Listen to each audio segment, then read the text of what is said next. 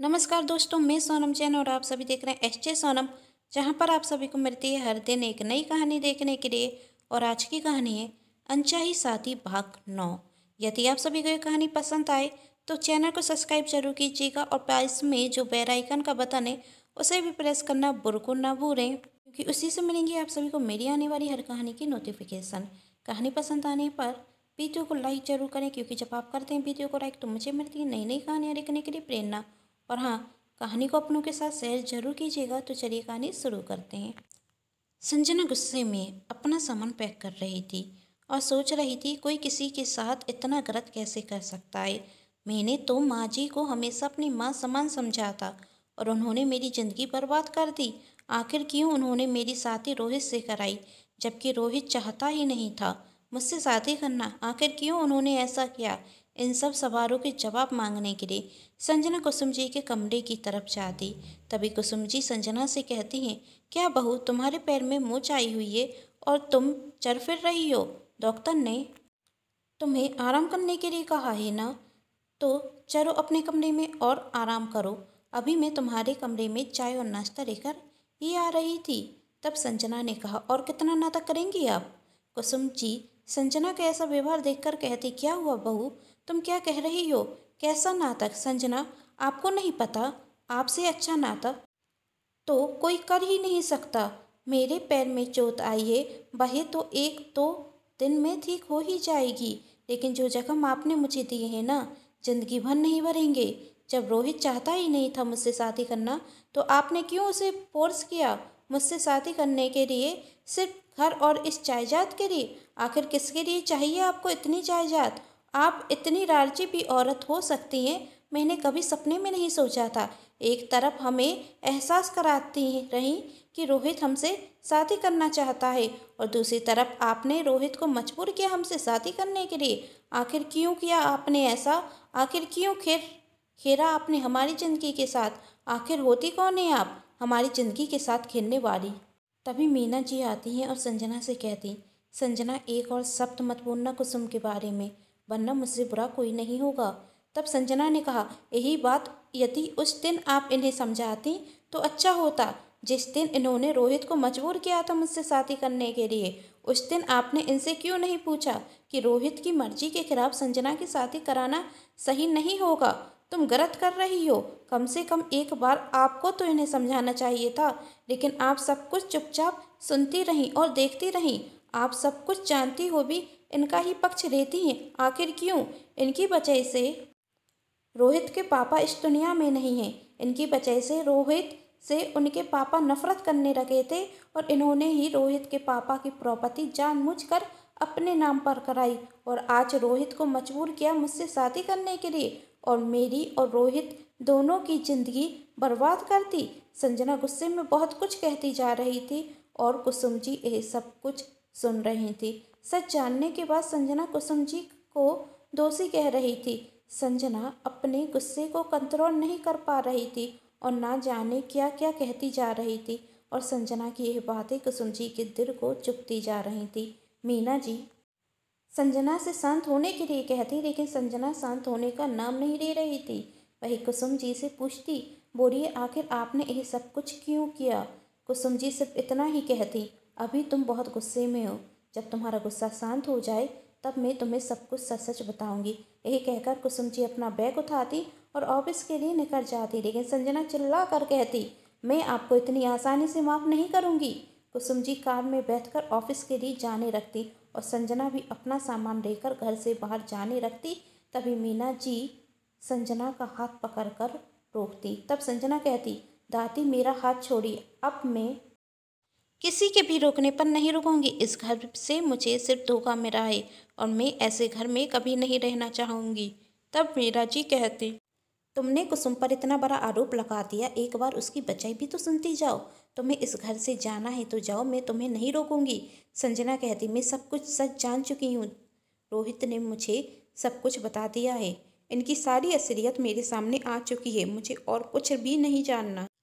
मीना जी ने कहा, तुमने जो जाना और जो रोहित ने तुम्हें बताया वह अधूरा सच था, क्योंकि पूरा सच तो रोहित तक नहीं जानता। लेकिन आज वक्त आ चुका है कि मैं तुम्हें सब कुछ सच सच बता ही दूँ। मेरी कुसुम कभी गलत थी ही नहीं। 6 महीने के रोहित ने जब अपनी माँ को खो दिया तो कुसुम ने आकर उसे माँ का प्यार दिया था, अपनी पूरी ममता उस पर निछावर कर दी। तब संजना ने कहा, रोहित ने मुझे बताया है यह सब भी उनका नाटक ही था। रोहित के पिता ने उनसे शादी इसलिए की थी कि रोहित को माँ का प्यार मिल सके, लेकिन उन्होंने तो सिर्फ अच्छी माँ बनने का नाटक किया, कभी रोहित को सच्चे दिल से माँ का प्यार दिया ही नहीं। उन्होंने तो सिर्फ यह नाटक प्रॉपर्टी की लालच में किया, क्योंकि रोहित के पिता का व्यवसाय बहुत बड़ा था। तब मीना जी ने कहा, यह सच नहीं है, जानती हो रोहित की पहली माँ की मृत्यु के बाद रोहित के पिता इस हालत में थे कि वह रोहित की परवाह नहीं कर पा रहे थे। फिर इतना बड़ा व्यवसाय वह कहाँ से संभालते। जब कुसुम इस घर में शादी कर कर आई तब तक रोहित के पिता व्यवसाय में बहुत बड़ा घाटा खा चुके थे। कुसुम ने शादी के बाद सिर्फ रोहित को ही नहीं, उसके पिता के व्यवसाय को और इस पूरे घर को संभाला था। रोहित के पिता तो अपनी पहली पत्नी की मृत्यु में इतने गम में डूबे हुए थे कि उन्हें कुछ होश ही नहीं था क्या हो रहा है क्या नहीं। इस बात का फायदा रोहित के पिता के दुश्मन भली भांति उठा रहे थे और रोहित के पिता का व्यापार डूबता ही जा रहा था। कुसुम के आने के बाद उसने व्यापार अपने हाथ में लिया और पहले की तरह ही रोहित के पिता का व्यापार खड़ा कर दिया। उसने रोहित को माँ का प्यार दिया और रोहित के पिता की हालत में भी सुधार आने लगा। हमारा घर जो बिखर चुका था वही कुसुम के आने के बाद समेट चुका था। कुसुम ने हमारे घर में खुशियाँ ही खुशियाँ भर दी।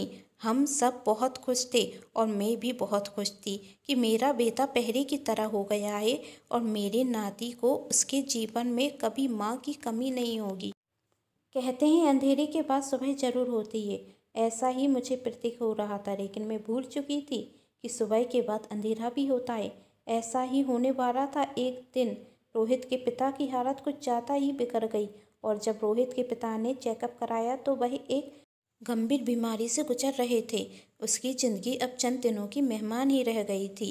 रोहित के पिता नहीं चाहते थे जिस तरह वह अपनी पत्नी के जाने के बाद गम में डूबे रहे, उसी तरह उनका बेटा भी उसी गम से गुजरे। इसलिए उन्होंने पहले ही अपने बेटे को खुद से दूर कर दिया और उसे इस शहर से दूर दूसरे बोर्डिंग स्कूल में पढ़ने के लिए भेज दिया, जिससे रोहित को कभी पता ना चले कि उसके पिता किस हाल से गुजर रहे हैं।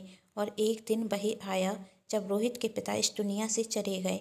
जाने के पहले रोहित के पिता ने कुसुम के नाम पर प्रॉपर्टी की थी, लेकिन कुसुम ने कहा था कि यह सब कुछ रोहित का है, आप रोहित के नाम ही प्रॉपर्टी कीजिए। तब रोहित के पिता ने कहा, हमारा बेटा छोटा है, उसे सही और गलत की समझ नहीं, और तुम उसे यह प्रॉपर्टी जब देना जब वह सही और गलत की समझ करने लगे। रोहित के पिता चाहते थे कि रोहित अपनी ज़िंदगी में बहुत ऊंचा नाम कमाए और आज कुसुम की मदद से रोहित एक बहुत बड़ा नाम कमा चुका है। तुम दोनों कहते हो ना कि उसे प्रॉपर्टी का लालच है, यदि कुसुम ना होती तो आज यह प्रॉपर्टी भी ना होती और रोहित जो ज़िंदगी जी रहा है वही कभी नहीं जी पाता। ना जाने क्या होता रोहित के साथ। तब संजना ने कहा, यह सब सच है तो फिर बिमला मित्र ने यह क्यों कहा था कि माँ जी ने सारी प्रॉपर्टी अपने नाम कराई थी। तब मीना जी बताती, क्योंकि वह शुरू से ही कुसुम को पसंद नहीं करती थी और वही हर वक्त यही कोशिश करती रहती थी कि रोहित उनसे नफरत करने लगे और उसने अपनी बातों के जाल में फंसाकर रोहित को कुसुम से नफरत करने के लिए मजबूर भी कर दिया। और उसका यही नतीजा है कि रोहित आज अपनी माँ से बात तक नहीं करता, उस माँ से जो कभी खुद माँ सिर्फ इसलिए नहीं बनी क्योंकि कभी रोहित को यह महसूस ना हो कि वह रोहित से ज़्यादा अपने खुद के बच्चे से प्यार करती है। लोग कभी यह ना कह सकें कि अपने और अपने सौतन के बच्चे में वह अंतर करती है, लेकिन हुआ वही। लोगों ने यही कहा और रोहित भी यही मानता है कि उसकी सौतेली माँ पैसों की लालची है, वह सिर्फ एक अच्छी माँ होने का नाटक कर रही है, लेकिन यह सच नहीं है। तब संजना ने आंखों में आंसू लिए कहा, फिर माँ जी ने मेरी और रोहित की शादी क्यों कराई? क्योंकि कुसुम कभी नहीं चाहती थी कि रोहित निधि से शादी करे। वह यह अच्छे से जानती थी कि निधि सिर्फ रोहित से पैसे के लिए प्यार करती है और वह रोहित को एक ऐसा जीवन साथी देना चाहती थी जो उसका साथ जिंदगी भर निभाए, हर सुख में और हर दुख में। वह रोहित का जीवन सिर्फ खुशियों से भरना चाहती थी, इसलिए उसने तुम्हारी और रोहित की शादी कराई, क्योंकि वही अच्छे से जानती थी कि रोहित निधि से ही शादी करेगा, क्योंकि कुसुम निधि को शुरू से ही पसंद नहीं करती थी और रोहित सिर्फ कुसुम को दिखाने के लिए निधि से शादी करना चाहता था। रोहित एक बेवकूफ़ी करने जा रहा था और वही अपने बेटे को इतनी बड़ी बेवकूफ़ी कभी करने नहीं देती, जिसके लिए उसे जिंदगी भर पछताना पड़ता।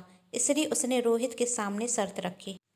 यह सब सुनकर संजना की आंखों में आंसू आ जाते और वह सोचती, मैंने क्या कर दिया, जाने अनजाने में माँ जी से मैं कितना बड़ा बुरा बोल गई, उनके दिल को कितनी ठेस पहुंची होगी। और तभी उनके घर की रेतलाइन पर एक फ़ोन आता, कुसुम जी का एक्सीडेंट हो गया है, वह गंभीर हालत में अस्पताल में भर्ती हैं, आप सभी आ जाइए। संजना तो सच जान चुकी थी, लेकिन क्या कभी रोहित इस बात पर विश्वास करेगा?